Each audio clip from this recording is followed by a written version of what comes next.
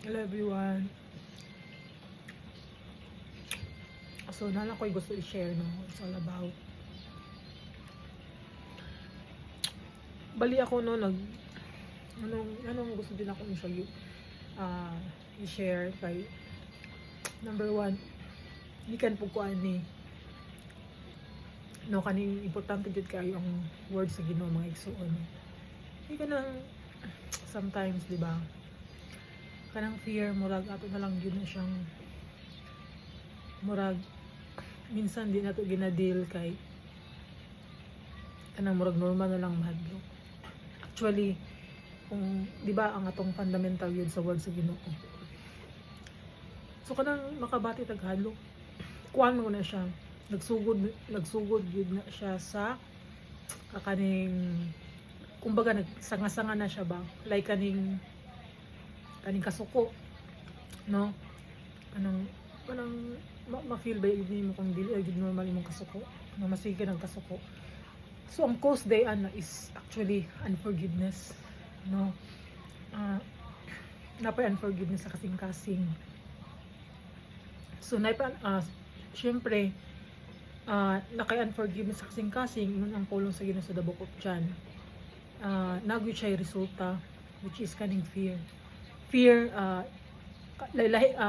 tanang form sa fear, no, pag napaday tayo kahadlok, meaning wala pa nahingpit ang gugma sa Ginoo diri kana sa atong kasing-kasing. Amen. So meaning wala siya nahingpit ang command sa Ginoo, di ba? Kato ikaduhang command niya ay katong 10 commandment niya sa Old Testament, gihimo na lang duha itong pag-abot na ni Jesus, no, giduha na lang kay it conquers all man. So love the Lord with all your heart, soul, mind, spirit. Tibuok yun.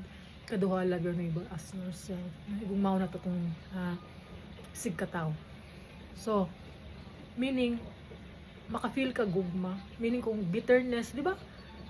Nala mag-use daman no? Pag bitter ta atong kasing-kasing, syempre magsige yung nagkasuko, no, kay wala pa ka-release og forgiveness, no. Ingon ang pulong sa ginagsuon, no, kanig yun pag na-fear, no, di siya normal, no. Ang normal ana fear of the Lord lang yung remain mabilin dapat.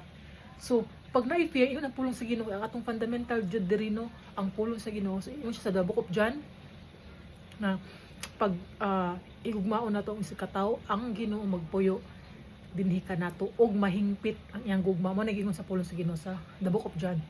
So meaning pag napara tay kahadlok, ingon ang pulong sa Ginoo, meaning wala pa nahingpit. Kay kung nahingpit, maka-feel ta gugma, ang Ginoo magpuyo ka nato. Pag ang meaning kung kita na love sa tong heart, naka-release tag forgiveness, so ang Ginoo magpuyo ka nato og mahingpit iyang gugma. So meaning ingon ang pulong sa Ginoo, pag napay kahadlok, meaning ana wala pa nahingpit ang gugma sa Ginoo. Ngano man napa may bitterness to kasing-kasing, wala pa ta kabati gugma sa uban, di ba? So once nga maka-release tag forgiveness, puro na lang love. So mupuyo ang Ginoo sa tong kasing-kasing sa kinabuhi og mahingpit iyang gugma. So dili siya normal nga sometimes, di ba, madunggan nato nga normal na kay tao ra ta. So actually kung sa stand, no, nato sa Ginoo, dili gid siya normal. Dapat love, ingon ang pulong sa Ginoo sa Proverbs 10:12, makahimog, ingon siya sa Proverbs 10:12, makahimog kasamok ang pagdumot apan ang gugma mo pasaylo sa tanan. Dili siya partial, sa tanang sala. So kana lang gyud, no, kung isettle lang gyud nato igsuon, no, ang word sa Ginoo moro gyud atong tuhan. Minsan magpaling-paling atong faith, no, very good. Even ako nagikan di ko diya, no, nagsanga-sanga, like napaday ko'y unforgiveness akong kasing-kasing, so maka-feel pa ko kahadlok. So ang resulta sa kahadlok, no, para sa ko na-experience ako panic attack, no, resulta na siya sa akong unforgiveness. Then tungod sa unforgiveness, anger, kasuko, pagkahuman tungod ana, tungod wala pa ka-release of forgiveness, dili pa mahigugma ang sikataw, katong nag-cause emog hurt. So ang sinahitabo, so na-fear. So ingon ang pulong sa Ginoo sa the book of John, ang love is conquer all. Wala gyud ay kahadlok sa gugma. So I hope na ma-bless ka ani, wala lang ako nag-share lang, but dako yun ni siya ganang revelation bang, no, revelation kani siya igsoon. So kana lang, happy sa adlaw karon Friday, so sa kung kabis sa 1 week, but maningkamot ta nga maghatag yung time sa Ginoo, kay without God gyud wala tay kana ganing intimate kanang time nato sa tong amahan, no, wala gyud ang isa ka adlaw, no, kumbaga lobat gyud siya. O kana lang igsuon o remember nga ang plano sa Ginoo, no, grabe,